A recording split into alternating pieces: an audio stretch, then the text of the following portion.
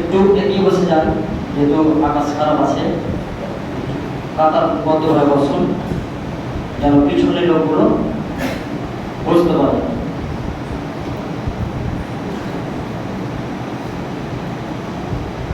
إن الحمد لله نحمده ونستعينه ونستغفره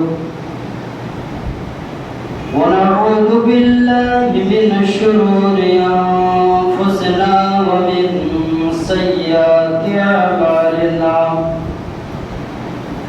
من يهده الله فلا مضل له ومن يضلله فلا هادي له ونشهد أن لا إله إلا الله وحده لا شريك له ونشهد أن محمدا عبده ورسوله أما بعد فإن خير الحديث كتاب الله وخير الهدي وهدي محمد صلى الله عليه وسلم وشر الأمور محدثاتها وكل محدثة بدعة وكل بدعة ضلالة وكل ضلالة في النار. أعوذ بالله من الشيطان الرجيم. بسم الله الرحمن الرحيم. قاف والقرآن المجيد بل عجبوا أن جاءهم منذرهم منهم فقال الكافرون هذا شيء عجيب أإذا متنا وكنا ترابا ذلك رجع بعيد قد علمنا ما تنقص الأرض منهم وعندنا كتاب حفيظ بل كذبوا بالحق لما جاءهم فهم في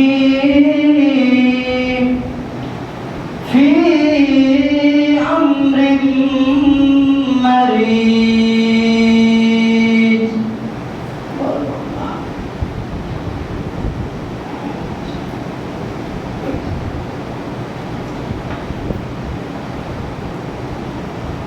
الحمد لله نحمده ونستعينه ونستغفره ونعوذ بالله من شرور أنفسنا ومن سيئات أعمالنا. أرسله بالحق بشيرا ونذيرا وداعيا إلى الله بإذنه وسراجا منيرا. فقد قال الله تعالى في كلامه المجيد والفرقانه الحميد.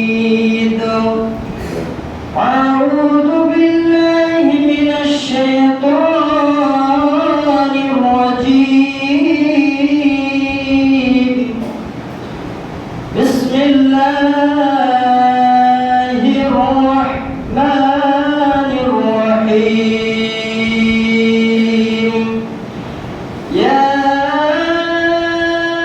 أيها الناس اتقوا ربكم الذي خلقكم من نفس واحدة وخلق منها زوجها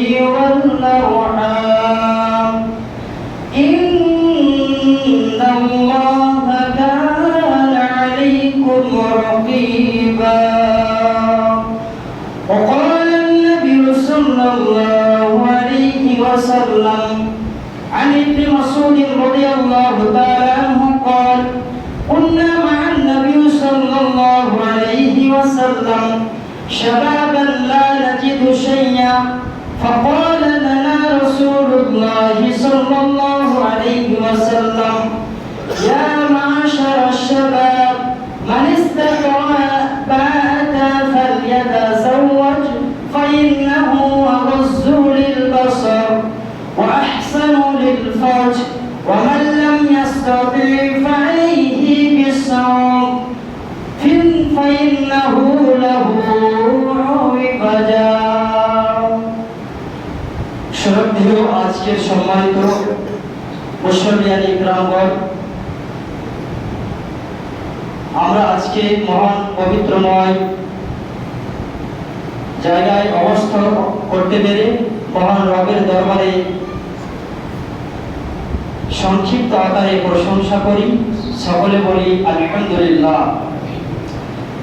অতঃপর দরুদ ও সালাম বর্ষিত হোক মানবতার মুক্তির দূত নবী মুহাম্মদ সাল্লাল্লাহু আলাইহি ওয়াসাল্লামের প্রতি, যিনি আমাদের জন্য অক্লান্ত পরিশ্রম করে দ্বীন ইসলামকে দুনিয়াতে পৃথিবীতে প্রতিষ্ঠিত করার জন্য রক্ত, সম্পদ, সন্তান, বিবি সমস্ত কিছু ত্যাগ করে আমাদেরকে উপহার দিয়েছেন। তার উপরে আমরা দরুদ পাঠ করি, সকলে বলি আল্লাহুম্মা সাল্লি আলাইহি ওয়া বারিক আলাইহি। সম্মানিত হাজিরিন ইকরাম, আজকে আপনাদের সামনে যে বিষয় নিয়ে আমি কথা বলতে চাই, গত জুমায় আমি যে টপিকটি ছিল আত্মশুদ্ধি, তাসাউফ। তাসাউফের সেক্টর, শাখা প্রশাখা, আমাদের পুরো জীবনটাই তাসাউফ এবং আত্মশুদ্ধি। প্রতিটা অঙ্গ, প্রতিটা জিনিসই আমাদের জন্য, আমাদের জীবনের জন্য আত্মশুদ্ধি এবং তাসাউফ। আমি আপনাদের সামনে একটি গুরুত্বপূর্ণ টপিক বাছাই করেছি, সে আত্মশুদ্ধিকে নিয়ে সংমিশ্রিত করে। আত্মশুদ্ধি, বিয়ে ও দাম্পত্য জীবন খুবই গুরুত্বপূর্ণ টপিক। সম্মানিত মুসলিম ইকরাম, কোরআন কারীমের সূরা নিসার প্রথম একটি অংশ আমি আপনাদের সামনে তেলাওয়াত করেছি। আপনারা সকলেই তার মফহুম, তার তর্জমা জানেন। ইয়া আইয়ুহান নাসু তাকু রাব্বাকুমুল্লাযী খালাকাকুম, হে মানব জাতি, তোমাদের রবকে ভয় করো। তোমাদেরকে আমি একটি প্রাণ দিয়েছি, একটি প্রাণ থেকে তোমাদেরকে আমি জোড়া তৈরি করেছি, আবার একটি প্রাণ থেকে বহু নারী পুরুষ আমি সৃষ্টি করেছি। এই হচ্ছে তার ছোট্ট মফহুম। সম্মানিত মুসলিম ইকরাম, নবী আকরাম সাল্লাল্লাহু আলাইহি সাল্লামের একটি হাদিসে পাক থেকে আমি আপনাদের সামনে হাদিস পাঠ করেছি। আব্দুল্লাহ ইবনে মাসউদ রাদিয়াল্লাহু তাআলা থেকে বর্ণিত, তিনি বলেন, আমরা নবী করিম সাল্লাল্লাহু আলাইহি সাল্লামের সাথে অনেক যুবক ছিলাম, আমাদের সহায় সম্পদ কিছু ছিল না।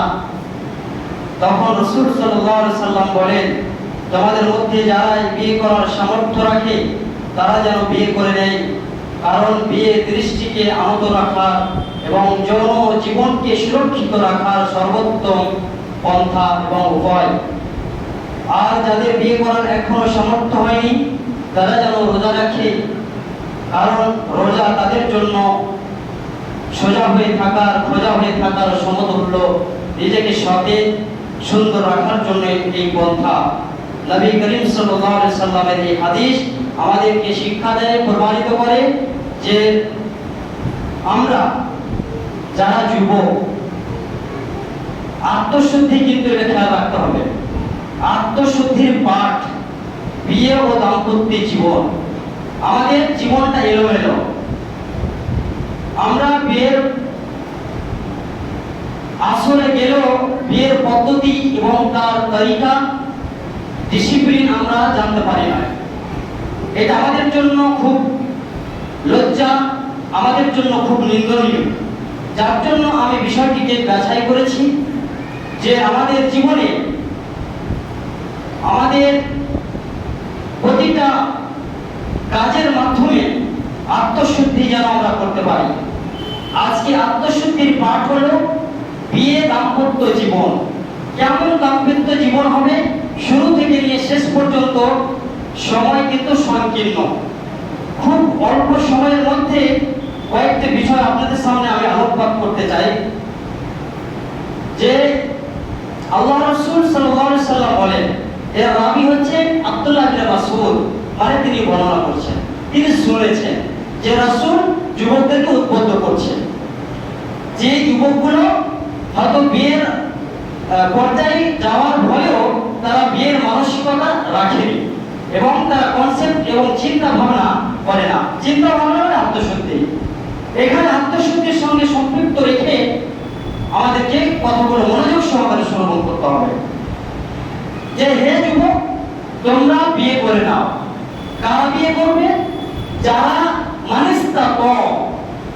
আল্লাহ রাসূল সাল্লাল্লাহু আলাইহি সাল্লাম বলেন, ইয়া মাশারাশ শাবাব মানিস্তাত ফালিয়াতাযাওয়াজ ফাইন্নাহু আগাসসু লিল বাসার ওয়া আহসানু লিল ফারজ।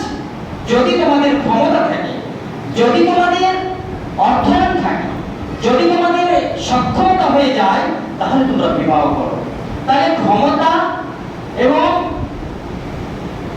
শক্তি এটা কি বোঝাতে চাইছে?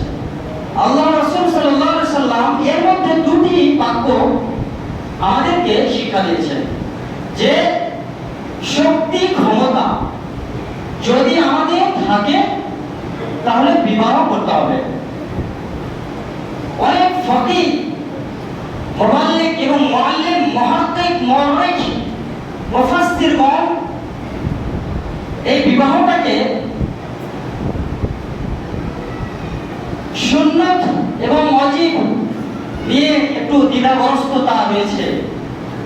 আমি যাব না যে এটা একটা গুরুত্বপূর্ণ বিবাহ, কারণ আল্লাহ রাসূল পিছনের একটি হাদিসে বলছেন বিবাহ হচ্ছে অর্ধেক ঈমান। বিবাহ হচ্ছে দাম্পত্য জীবন হচ্ছে একটি অর্ধেক ঈমানের অংশ। তাহলে আমরা যারা অবিবাহিত, আমাদের পর্যাপ্ত অর্থ সম্পদ শক্তিশালী সঞ্চিত রক্ষিত হয়েছে, তারপরেও আমরা বিবাহ করতে পারিনি, এটা আমাদের জন্য ক্ষতিকারক। ক্ষতির দিকগুলো আল্লাহ রাসূল তুলে ধরেছেন। আব্দুল্লাহ ইবনে মাসউদ রাদিয়াল্লাহু তাআলা ব্যাখ্যা করে সাহাবীদেরকে শোনাচ্ছেন যে আল্লাহ রাসূল সাল্লাল্লাহু আলাইহি সাল্লাম যুবকদেরকে উদ্বুদ্ধ করছেন, তোমরা বিবাহ করো। বিবাহ করার কয়েকটি উপকরণ, আর বিবাহ না করার সামর্থ্য হয়ে যাওয়ার পরেও, শক্তি থাকার পরেও না করার ক্ষতিকারক কয়েকটি কারণ রয়েছে। বিবাহ করলে দৃষ্টি সংযত থাকে। বিবাহ কাছে যে দাম্পত্য জীবন সৃষ্টি হলে, তৈরি হয়ে গেলে তার যৌন চাহিদা সংযত থাকে এবং নিজের জীবন থেকে গুনাহ এবং পাপগুলো কম হতে থাকে। বিবাহ যদি আমরা না করি বা যুবকের মধ্যে যারা বিবাহ না করে, তাহলে সামর্থ্য থাকা অবস্থায় তাদের ক্ষতির কারণগুলো তুলে ধরা হয়েছে যে তাদের মধ্যে কুদৃষ্টি অপকর্মের মধ্যে তারা জর্জরিত হবে। কারণ যৌবন একটি সমুদ্র ঢেউ মতো সমতুল্য করা হয়েছে। যৌবন যখন তার জীবনে তাড়নাতেই উৎপন্ন হয়, রক্তক্ষরণ হয়, তাহলে তার যৌবন তাকে জিনা করতে বাধ্য করে, গুনাহ দিকে নিবেদিত করে, পাপের দিকে আকৃষ্ট করে, শয়তানের অসহায় এড়িয়ে দেয়। এটা হচ্ছে তার ক্ষতির দিক এবং কারণ। সম্মানিত মুসলিয়ান ইকরাম, এটা চলে গেল। আল্লাহ রাসূল উদ্বুদ্ধ করেছে যারা মানিস্তাক, যারা স্বার্থ সামর্থ্য রেখেছেন, অবশ্যই বিয়ে করতে হবে। কিন্তু বর্তমান সময় এই পরিপ্রেক্ষিতে কয়েকটি কথা বলি। আমাদের ইয়াং জেনারেশন যুবক ভাইদের মধ্যে এরকম একটা কনসেপ্ট ধারণা আছে, চিন্তা আছে যে আমার ক্যারিয়ার গঠনটা হয়ে যাক, আমার জীবনটা এখন তৈরি হয়ে যাক। আল্লাহ সুবহানাহু ওয়া তাআলা বললেন, ইয়া আইয়ুহান নাসু তাকু রাব্বাকুম আল্লাযী খালাকাকুম মিন নাফসিন ওয়াহিদাতিন ওয়া খালাকা মিনহা যাওজাহা। চিন্তা করতে হবে না, সেই চিন্তা আমি করেছি। তোমরা আমাকে ভয় করো। আমি তোমাদেরকে একটি প্রাণ থেকে জোড়া তৈরি করেছি, সেই একটি জোড়া থেকে তোমাদের বহু নর নারী পুরুষ আমি এতে আমি পয়দা করেছি। এটা তো তুমি করো, এই চিন্তা করো কি করে তুমি? তাহলে এই আয়াত এবং হাদিস আমাদের প্রমাণিত করে যে আমাদের সামর্থ্য মোহর দেড়মোহর, যেটা আমরা এসে দেড়মোহর নিয়ে অনেকটাই অসচেতন।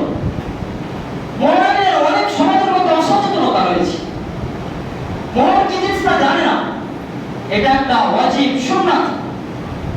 মোহর সেই নারী, সেই কন্যা, সেই কুমারের একটা অধিকার হক।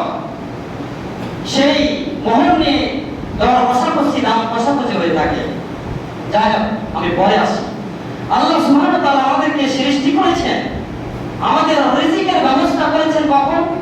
50,000 পূর্বে, 50,000 বছর পূর্বে আমাদের রিজিকের ব্যবস্থা করা হয়েছে।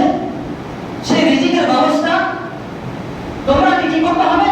একটু তালাশ করতে হবে। ফাইজা কুদিয়াতিস সালাতু ফান্তাশিরু ফিল আরজ ওয়াবতাগু মিন ফাদলিল্লাহ ওয়াযকুরুল্লাহা কাসীরান লাআল্লাকুম তুফলিহুন। তোমরা আমাকে স্মরণ করবে, আমাকে ভয় করবে, যে কোনো জায়গায়, যে কোনো অবস্থায়, যে কোনো পর্যায়ে, অসময়ে, মুসিবতে, কাঠিন্যতায়, দারিদ্রতায়, দরিদ্র অবস্থায়, সম্পদশালী অবস্থায়, যে কোনো অবস্থায় আমার উপাসনা করতে হবে, আমার জিকির করতে হবে। ফান্তাশিরু, তোমরা আমার জিকির করবে, জিকিরের পরে তোমরা তালাশ করবে। আজকের জুমা, এই জুমা থেকে আমরা চলে যাব, আমরা রুজির তালাশের দিকে নিজের জীবনকে এগিয়ে নিয়ে যাব। তা এমনটা নয়, আল্লাহকে ভুলে গিয়ে নয়, আল্লাহর স্মরণ ভুলে গিয়ে নয়, জিকরুল্লাহ ভুলে গিয়ে নয়। জিকরুল্লাহ বজায় রেখে, জান্নাত বজায় রেখে, আখিরাত বজায় রেখে, পরকালকে ভেবে, আল্লাহকে ভয় করে, ফাইজা কুদিয়াতিস সালাত ফান্তাশিরু ফিল্লাহ। এখন ইবাদত হয়ে গেছে, তোমাদের মসজিদে থাকতে হবে না, চলে যাও, দৌড়াও, পাথরে কেউ ছুটাও, কেউ বাড়িতে, সাগরে, ভূমিতে, বাজারে, ঘাটে, সদরে, সমস্ত জায়গায় তোমরা ছড়িয়ে ছিড়ে যাও। তোমাদের রোজি কোথায় আছে নির্ধারণ করা, তোমরা সেটা তালাশ করে ছিড়িয়ে দিচ্ছ। সকালবেলায় পাখি যখন কিচির মিচির করে ভোরবেলা করে চলে যায় খালি পেটে, ক্ষুধার্ত অবস্থায়, অনুরূপ মানুষ যখন ক্ষুধার্ত অবস্থায় আল্লাহর জমিনে রোজির তালাশে যখন ছড়িয়ে ছিটিয়ে পড়ে যায়, ঠিক পাখি যেমন পেট ভরা পেট নিয়ে আসে, আমার বাচ্চাদের জন্য মুখে করে আহার বেঁধে নিয়ে আসছে, বাচ্চাকে আহার করার, ঠিক আল্লাহ তাদের রিজিক ব্যবস্থা করে দিয়েছে। অনুরূপ মানুষের যে রিজিক, মানুষের যে রুজি, সেটা নির্ধারণ করেছেন আল্লাহ সুবহানাহু ওয়া তাআলা। আমাদের এত হতাশা, চিন্তিত হওয়ার কোনো কারণ এবং অবকাশ থাকার কোনো কথা নয়। তাহলে বিবাহ আমাদের কি করতে হবে? অনেক ভাইয়ের মধ্যে 10,000, 15,000, 20,000 টাকা মান্থলি স্যালারি উপার্জন করার পরে বলে আমার ক্যারিয়ার গঠন হয়নি। এটা হচ্ছে নাশুকুর গুজার বান্দা। আল্লাহ বলেন লাআল্লাকুম তাশকুরুন, লাআল্লাকুম তাশকুরুন ওয়ালিল্লাহিশ শুকরা। তোমরা আল্লাহর শুকর গুজার বান্দা হও, আল্লাহর রুজির মধ্যে তোমরা সন্তুষ্ট হও এবং অল্পতে তুষ্ট হয়ে যাও। তাহলে তোমাদের জীবনটা কল্যাণময় হবে। কারণ আমরা অল্প তুষ্ট যদি হতে পারতাম, আমাদের বিবাহ দাম্পত্য জীবনটা সুন্দর হতো। আমাদের জীবনটা যে যৌবন কারণেই যে হাবুডুবু খাচ্ছে, অশ্লীলতায়, অপকর্মে, পর্নোগ্রাফিতে, ফিল্মের মধ্যে দিয়ে আমাদের জীবনটা চলে যাচ্ছে, এদিকে আর যেত না। আমাদেরকে একটু গভীর ভাবতে হবে, একটু গভীর আত্মশুদ্ধি করতে হবে, গভীর মনোযোগটা আমাদেরকে পর্যবেক্ষণ করতে হবে, গভীর চিন্তা করতে হবে, গবেষণা করতে হবে, খুব গভীরে গিয়ে করতে হবে। তাহলে আমাদের জীবনটা কোয়ালিটি, আমাদের দেহের যে কোয়ালিটি, আমাদের জীবনের যে মান, সে উন্নত পর্যায়ে চলে যাবে ইনশাআল্লাহ। সম্মানিত হাজির ইকরাম, একটা দিক গেল, দুটো দিক। আলী ইবনে আব্বাস রাদিয়াল্লাহু তাআলা আনহু قال رسول الله صلى الله عليه وسلم لم ترى للمتحبين مثل النكاح। আব্দুল্লাহ ইবনে আব্বাস রাদিয়াল্লাহু তাআলা আনহু হতে বর্ণিত, তিনি বলেন রাসূল সাল্লাল্লাহু আলাইহি ওয়াসাল্লাম বলেছেন, দুই প্রেমিকের মধ্যে বিয়ের মতো নিখাত ভালোবাসা আর পৃথিবীর বুকে আর কোথাও নেই। যখন হালাল পন্থায় হালাল উপায়ে যখন দাম্পত্য জীবন তৈরি হয়ে যাবে, আপনার হালাল পন্থায় বিবাহ সম্পন্ন হবে, তখন এই যে ভালোবাসা প্রেম, তাহলে এই ভালোবাসার চেয়ে আর পৃথিবীতে কোনো ভালোবাসা হতে পারে না। আল্লাহ রাসূল সাল্লাল্লাহু আলাইহি ওয়াসাল্লাম বলেন দুটি রাবি। এটাও কিন্তু আব্দুল্লাহ ইবনে আব্বাস আর উনি হলেন আব্দুল্লাহ ইবনে মাসউদ। এরা হলেন রাসূল সাল্লাল্লাহু আলাইহি ওয়াসাল্লাম বিখ্যাত সাহাবী, পছন্দের সাহাবী। এরা আল্লাহ রাসূল সাল্লাল্লাহু আলাইহি ওয়াসাল্লাম ছাড়া এদের একটা সময় কাটাতো না। আল্লাহ রাসূল সাল্লাল্লাহু আলাইহি ওয়াসাল্লামের সহকারী ছাড়া তাদের সময়গুলো অতিবাহিত হতো না। আল্লাহ রাসূল সাল্লাল্লাহু আলাইহি ওয়াসাল্লামকে না দেখা ছাড়া তাদের জীবন যেন, তাদের সময় যেন আত্মার মধ্যে তারা কেটে যেত, এবং তাদের মনোভাব থাকতো। সম্মানিত মুসলিম ইকরাম, তাহলে ভালোবাসা করতে হলে কি দিয়ে করবেন? হালাল পন্থায়। বর্তমান সময় ইয়াং জেনারেশন, যুবক ভাই, এই যে বলেন যে আগে বিবাহের আগে আমরা পরকীয়া করে নিব, নাজায়েজ সম্পর্ক, ভালোবাসা করে নেব, প্রেম করব 5 বছর 6 বছর 7 বছর, আবার পরবর্তীতে বাবা মাকে খুশি করিয়ে রাজি করিয়ে আবার বিবাহটা হালাল করে দেব। বলেন তো কোন মায়ের লাভ বলতে পারবেন যে হালাল হবে? বলতে পারবেন? কোন হাদিস প্রমাণ করতে পারবেন?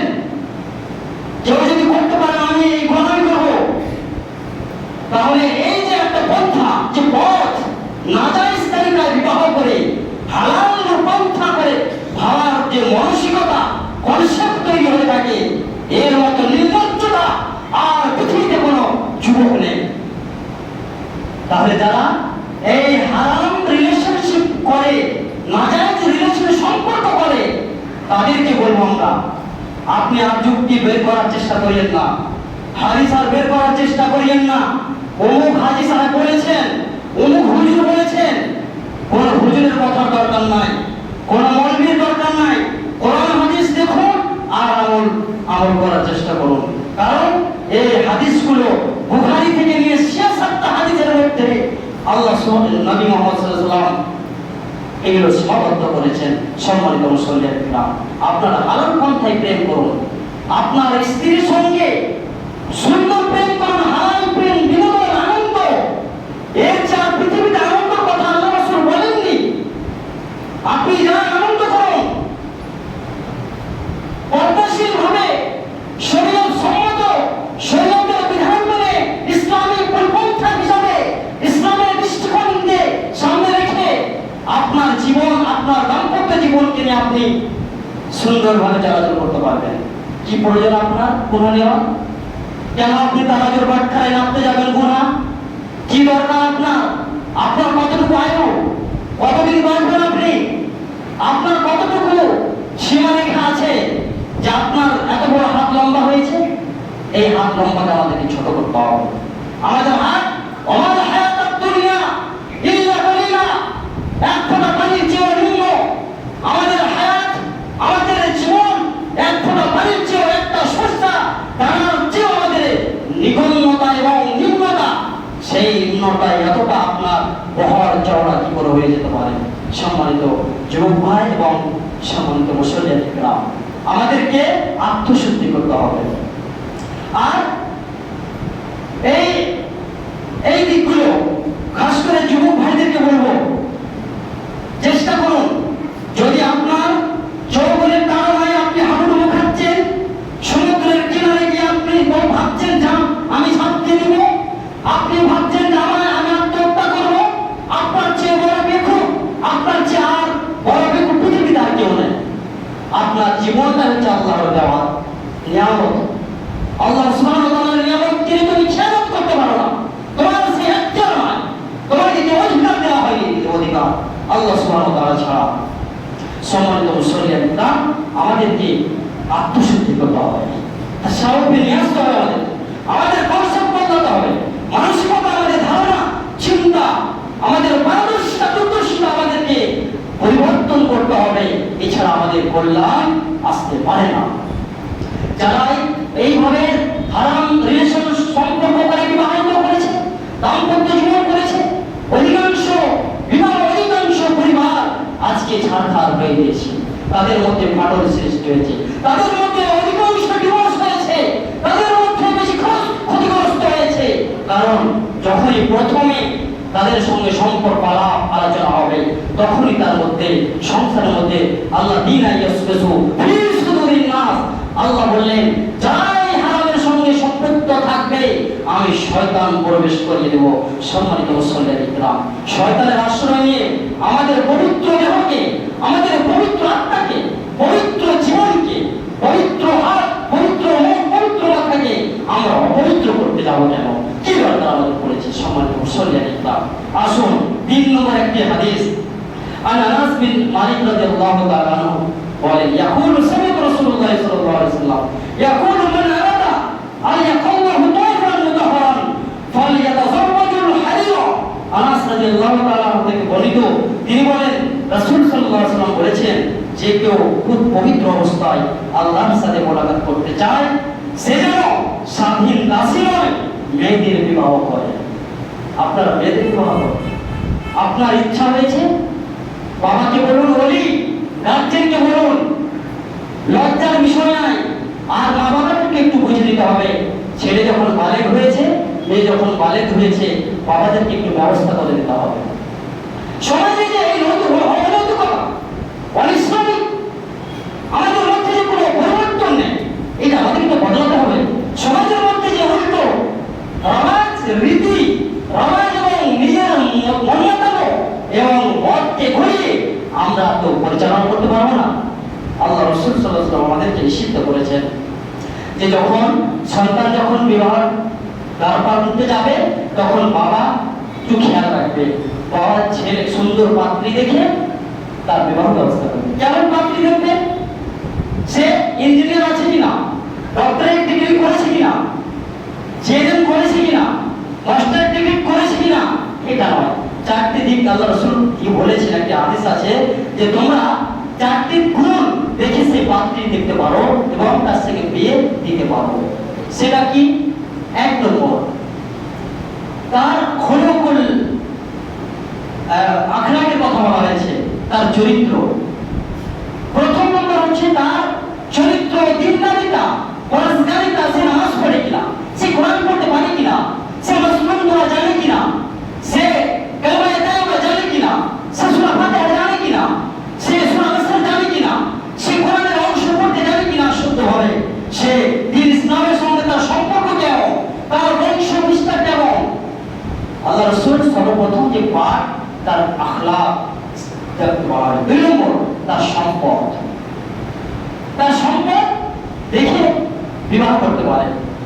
3 নম্বর, তার বংশ, তার বংশতে চোরছান্না আছে কিনা, মদখোর আছে কিনা, সুদখোর আছে কিনা, জিনাখোর আছে কিনা, এগুলো খেয়াল করতে হবে। কারণ একটি পাত্রী নেবেন আপনি, আপনার সঙ্গে একটা সম্পর্ক গড়ে তুললো, একটা আত্মীয়তায় আবদ্ধ হলো, যার জন্য আপনার সঙ্গে একটা সম্পর্ক হয়ে যাওয়ার ফলে আপনার লেনদেন, মামলা, উঠা বসা, চলাফেরা গভীর হতে পারে, যার জন্য আপনাকে দেখে নিতে হবে। 3 নম্বর, 4 নম্বর হলো তার চেহারা, রূপ। আল্লাহ রাসূল এটা দিয়েছেন। তার মধ্যে অন্যতম বললেন যে উত্তম, সে যেটা প্রেরণা দেওয়া হবে সেটা হলো তার গুণ, আখলাক, দিনদারিতা। বর্তমান সময়ে আমরা কি প্রাধান্য দিয়ে থাকি? সে মেয়েটার সুন্দর চেহারা আছে কিনা, ধন আছে কিনা। আজকে ধন মেয়ে, ফর্সা মেয়ে, পরিবারে যে আগুন, সংসারে যে আগুন জ্বলছে, কয়লার চেয়েও কঠিন। এই যে অশান্তি, তার রূপ, তিনি যে ঘমণ্ড, তার যে দাম্ভিকতা, অহংকার, ভকর, তাকাব্বুর, তিনি ভেঙে পড়ছেন, সংসার ছিন্ন, স্বামীর সঙ্গে আর অ্যাডজাস্ট করতে পারল না। কারণ স্বামী হলো দিনদারিতা, মেয়ে হলো অপরিষ্কারিতা, অহিনদারিতা কখনোই অ্যাডজাস্ট হতে পারে না, কখনোই অ্যাডজাস্ট হবে না। সম্মানিত মুসল্লিয়ান ইকরাম, মন আর পানিকে আপনি একত্রিত করতে পারবেন না। অনাথ কোনো ভালো সন্তান, ভালো ছেলে এবং খারাপ পাত্রী মেয়ে তার সঙ্গে সংসার করা খুব কঠিন কাজ। সম্মানিত দায়িত্বশীল অভিভাবক এবং গার্জেন এবং মুসলিম ইকরামগণ, আমরা এই দিকগুলো একটু খেয়াল করব। আমাদের সন্তানদের বিবাহ দেব দিনদার পরেশগার, সে ময়লা হোক সে কালো হোক, তার গুণ দিনদারিতা আছে কিনা, পরেশগারিতা আছে কিনা, এটাকে আমরা বেশিরভাগ প্রাধান্য দেব ইনশাআল্লাহ। আমরা চেষ্টা করব। আর ছেলের দিকটাও, ছেলে অল্প ইনকাম করছে, পরেশগার, নামাজি, তাহাজ্জুদ গুজার, দিন রাত্রি কোরআন তেলাওয়াত করে, খুব কমিয়ান, কর্ম ভালোবাসে, পরিশ্রম করে, পারশ্রমিক খুবই অক্লান্ত পরিশ্রম করে, সেই ছেলেটা একটু কালো, দেখতে বোচা, কিন্তু বাবার মন, মায়ের মন হলো, বোনের মন হলো, জামাই মানে বোন দেওয়া যাবে না, কালো, ফর্সা নয়, চেহারা বেশ পাওয়া যায় না। সম্মানিত মুসলিম ইকরাম, বেলাল হাবশী রাদিয়াল্লাহু তাআলা জানেন কি ছিলেন? একজন কালো, সবচেয়ে পৃথিবীর মধ্যে সবচেয়ে কালো যদি থাকে এই বেলাল হাবশী রাদিয়াল্লাহু তাআলা। তার যে গুণ, তার যে মর্যাদা, তার যে সম্মান, এটা বলে বোঝাতে পারা যাবে না। সম্মানিত মুসলিম ইকরাম, আমরা তার প্রাধান্যতা দেব, তার আখলাক, তার চরিত্র। কারণ একটা মেয়ের জীবন ধ্বংস থেকে বাঁচাবার জন্য একটা ছেলের গুণ হলো সুন্দর বড়ি যথেষ্ট। 10,000 টাকা ইনকাম করে, 15,000 টাকা ইনকাম করে, মাস্টার নেই কিন্তু পরিশ্রম করে ভালো, দিন রাত্রি পরিশ্রম করে, আল্লাহর কাছে তাহাজ্জুদ গুজার, ইবাদত করে, সেই ছেলেটাকে আপনি অবহেলা করার অবকাশ থাকে না। আপনার মেয়ে যতটা ট্যালেন্ট হোক না কেন, যতই আপনার যোগ্যতা সম্পন্ন হোক না কেন, তার সাথে বিবাহ দেওয়াটাই হলো সবচেয়ে বড় উত্তম কথা। আল্লাহ তাআলা যেন আমাদেরকে সার্বিক দিকগুলো, ছেলে মেয়ের বিবাহ দেওয়ার এবং রীতির আওয়াজ, ইসলামিক দৃষ্টিকোণে শরীয়তের মানদণ্ডে যেন আমরা এই কাজগুলো করতে পারি। আর একটি কথা আমি বলি, খুব গুরুত্বপূর্ণ। আজকে যেভাবে সমাজে প্রথা আওয়াজ চলছে, যে একটা মেয়েকে দেখতে যাবে, তার বাপ যাবে, তার দাদা যাবে, পরদাদা যাবে, চাস্তো নানা যাবে, আর বড় নানা যাবে, বন্ধু চারটা যাবে, তার বন্ধু যাবে, হারাম।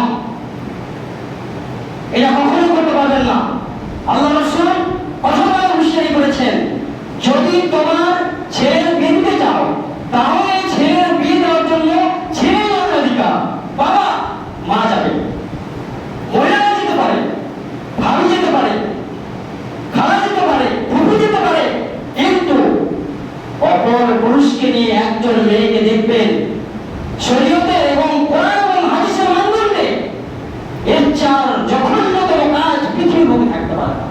সম্মানিত মুসলিম সাবধান, যারা বাবা আছেন খুব সাবধান, হুঁশিয়ার, এই কাজ করবেন না।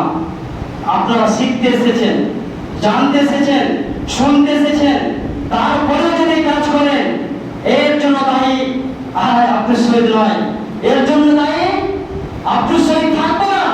আপনাদেরকে পরিষ্কার করে বলে দিলাম যে কোন মেয়ে যখন দেখতে যাবেন, গার্জেন যিনি বিয়ে করবেন এবং তার মা মহিলা জেনে যথেষ্ট, কোন বন্ধু অপর পুরুষকে নিয়ে যেতে পারবেন না। নিষিদ্ধ, হারাম, নাজায়েজ, কঠোরভাবে নিষিদ্ধ করা হয়েছে। খেয়াল রাখবেন, যদি মুসলিম হন, মুত্তাকি হন, যদি খোদা বিরুদ্ধ হয়ে থাকেন, আল্লাহকে যদি ভয় করে থাকেন, এর আমল করবেন অবশ্যই। এটা আমলে পরিণত করার চেষ্টা করবেন ইনশাআল্লাহ। আল্লাহ সুবহানাহু ওয়া তাআলার কাছে সর্বশেষ দোয়া করি, আমরা যেন ইসলামের যতগুলো দিক নির্দেশনা, শরীয়তের মানদণ্ডগুলো, চিত্রগুলো, বিধানগুলো যেন আমরা মেনে চলতে পারি। আল্লাহ সুবহানাহু ওয়া তাআলা যেন আমাদেরকে পরিপূর্ণভাবে মেনে চলার তৌফিক দান করেন। আমিন। ওয়া আখিরু দাওয়ানা আলহামদুলিল্লাহি রাব্বিল আলামিন। আউযু বিল্লাহি মিনাশ শাইতানির রাজীম। বিসমিল্লাহির রহমানির রহিম। কুল হুয়াল্লাহু আহাদ, আল্লাহুস সামাদ, লাম ইয়ালিদ ওয়া লাম ইউলাদ ওয়া লাম ইয়াকুল লাহু কুফুওয়ান আহাদ। সাল্লাল্লাহু তাআলা আলা খায়রি খালকিহি ওয়া সাল্লাম ওয়া বারাকা ওয়া তাসলিমান কাসীরা। আল্লাহুম্মা সাল্লি আলা মুহাম্মাদ কামা সাল্লাইতা আলা ইব্রাহিম সুবহানা রাব্বিকা রাব্বিল ইজ্জাতি আম্মা ইয়াসিফুন ওয়া সালামুন আলাল মুরসালিন ওয়ালহামদুলিল্লাহি রাব্বিল আলামিন।